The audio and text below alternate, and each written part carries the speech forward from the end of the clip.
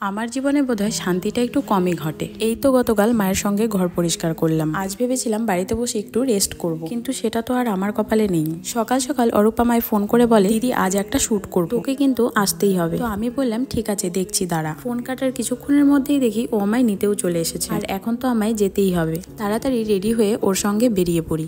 শুটের জন্য কিছু ফুল দরকার ছিল, তার জন্য ও আর আমি সবার আগেই চলে যাই ফুলের দোকানে ফুল নিতে। বাড়িতে আসা মাত্রই দেখি মডেল চলে এসেছে।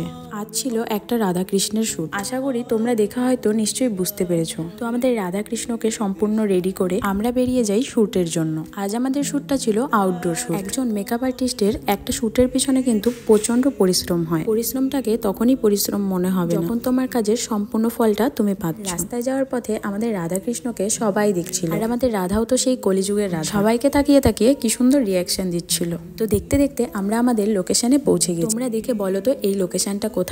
কে কে চিনতে পেরেছো অবশ্যই কমেন্ট সেকশনে জানিয়ে যেও। আজকের শুটটা করতে অনেক লেট হয়ে গেছে, প্রায় সন্ধ্যাই হয়ে গেছে। ফটোশুট কমপ্লিট করে আমরা সবাই চলে আসি অরূপদের বাড়িতে। তারপরে ফ্রেশ হয়ে সবাই মিলে চলে যাই একটু মোমো খেতে। মোমো খেয়ে সোজা চলে আসি বাড়িতে। আজকের মতো ভিডিওটা এখানেই এন্ড করছি। সবাই ভালো থেকো, সুস্থ থেকো, টাটা বাই।